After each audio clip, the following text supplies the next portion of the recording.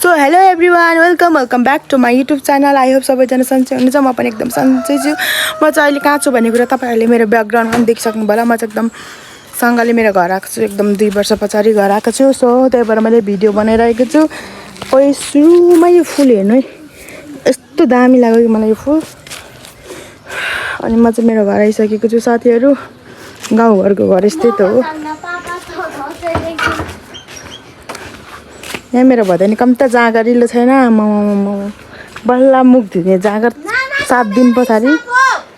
अनि सो त्यही हो। अब हामी चाहिँ तलतिर आलु खन्न जानु लागेको छौँ।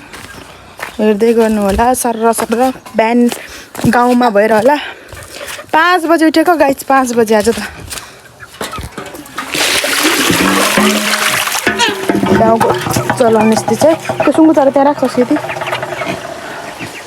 सर युमिका छिराइज ल पलालो बोक्यौ के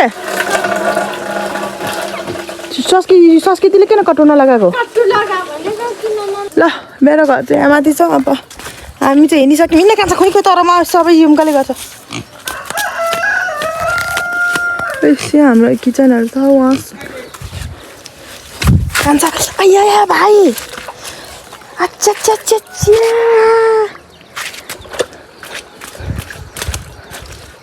कसरी हिँडिस् त यतिमै? चस्मा लगाएर पनि देख्दिनँ बाटो हुन्छ। गाउँमा बसिसकेपछि चाहिँ यतिको चाहिँ अब उ गर्नुपर्ने हुन्छ।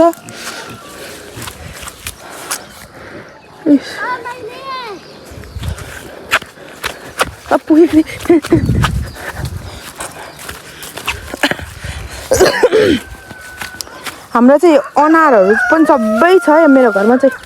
अनार सुन्तलाको बगानै छौ माथिदेखि यता सुन्तला। काठमाडौँतिर चाहिँ यो कोइराला कि के भन्दो रहेछ, खाँदो रहेछ नि। तर हाम्रोतिर चाहिँ खाँदैन नै, सब फुलेर खेर गइरहेको छ। हामी चाहिँ त खान नि जान्दैनन् पनि, जान्दैनन् होइन। म नै जान्दिनँ नि, म त खाएको पनि छुइनँ, खाँदिनँ पनि। अब आलु खानुपर्ने। अब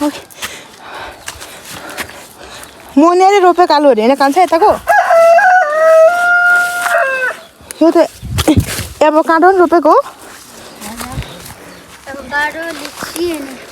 कहाँदेखि सुरु गरौँ? यहाँदेखि ल तैँले सुरु गर त भाइ। हो त्यहाँदेखि के कोठाको चाबी चाहिँ किन?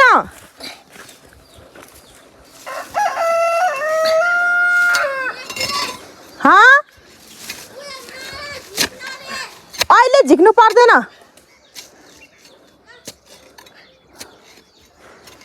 निस्केन आलु। दराजको चाबी मसँग छैन। कचिया लिएर आऊ कचिया।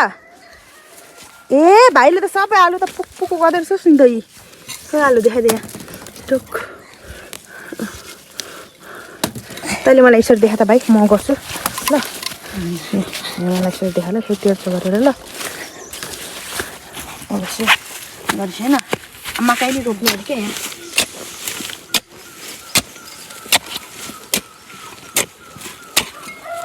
मकै रोप्नको लागि त्यसो गर्छ होला नि त होइन।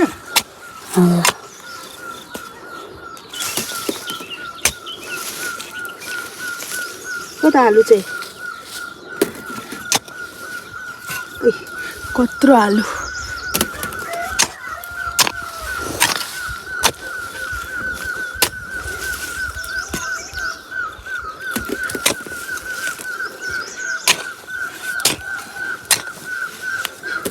आलु त दुई खालको रहेछ होइन। ऊपर त फुटाउने रात यो दुईवटा सुटुनी पो रहेछ त। आमा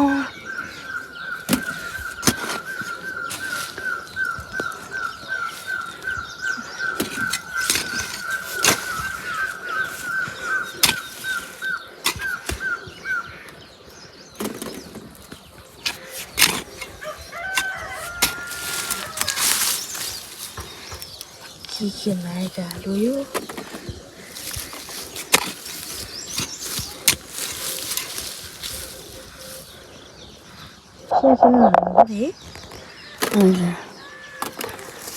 यताको तस्ती नि चानाहरू खाँदैन खनिसकेको यताको हातले कट्टाउँदैन यतातिर पनि हो यतातिर खनेको तर मरिगयो हातले कट्टाउँदैन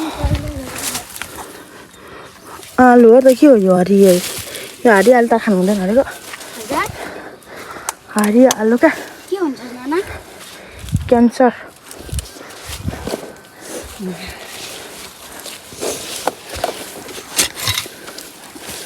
मजाले गोरेन पनि रहेछ क्या माटोले पुरेन रहेछ क्या है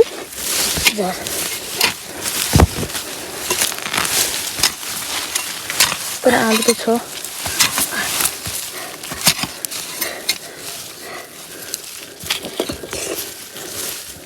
यो यसरी निकाल्दै यसरी गर्थेन नि भोकले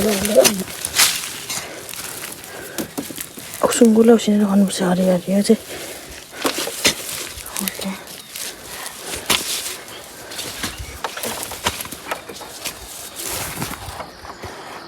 कोइरा लाउँछु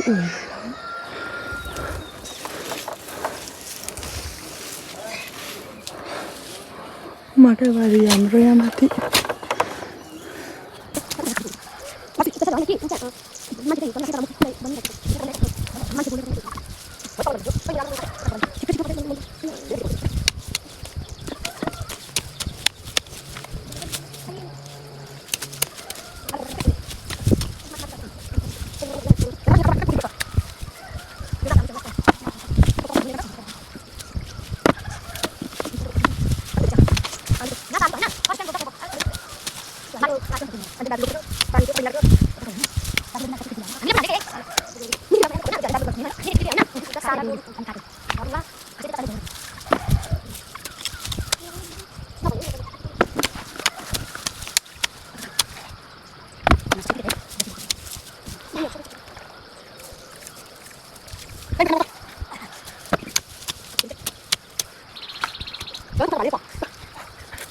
र हामी आज साथीहरू आलुहरू खन्ने कार्यक्रममा चाहिँ भइसक्यो त्यहाँ एक डोको भइसकेको छ यता फर्किँदा कान्छा ए कान्छा नमस्ते हात नमस्ते गर न माइला नि नमस्ते गर माइला नमस्ते अब हामी सिजर पेपर र खेल्ने आज होइन त कान्छा आलुहरू भनेको त फेरि फल्दैन है गाइजहरू 1 किलोको मात्रै हिउँका उचाल्दै यसरी उचाल्नु यसरी थम्नेलमा हाल्नुपर्छ यसरी आलुहरू त कति हो कति ल ल खनौँ खनौँ मेरो साथीहरू चाहिँ गाउँ उमकको साथीहरू यिनीहरू नै अब सबैजना ल खनौँ है टुम्की बस त भर्खर जानु लाग्यो स्कुल नलागेपछि त्यही थाहा नै हुँदैन के थाहा हुँदैन कति कुन बार ल 15 गते जाने आलु त कति सानोमा त फल्छ खान्छ हेर्न म पहिला ठुला पनि लिएर आउँछु ल आलु त सानोमा त फल्छ साथीहरू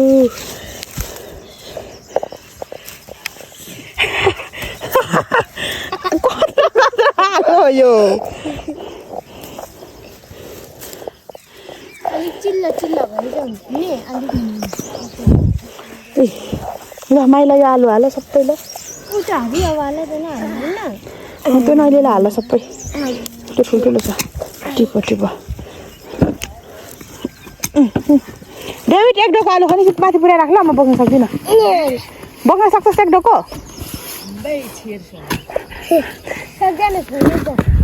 सक्छस् होला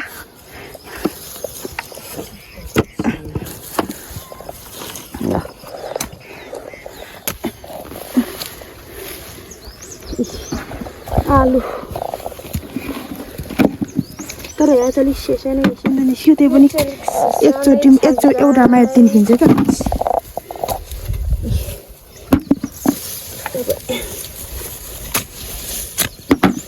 हाम्रोतिर चाहिँ बोल त बोल मैला म बोक्न सक्छु त फेरि सक्नुहुन्छ होला आलु पनि गाइजहरू ठुल्ठुलो डेभिड मलाई उचाल्दैन काट्टीमा पाक्नु हुन्थ्यो साथीहरू आलु टाउको लिलिको हुन्छ तिमीहरू खन्दा काँचा छेउको नखानु ल ल त्यो डेबिटल तल छेउ खानु लगाए म आलु पुरा रहन्छु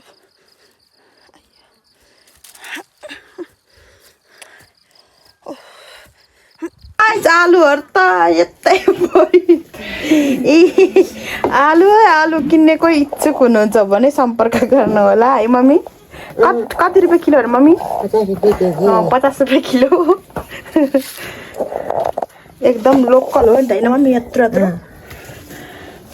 कहाँ लेकको आलु पो त है अनि फिन्जी हो नि झन् राम्रो होइन त मम्मी कुहिँदैन नि होइन एकछिन लिएको चाहिँ यता राखौँ न ल अहिले होस् छोड्दैन यहाँनिर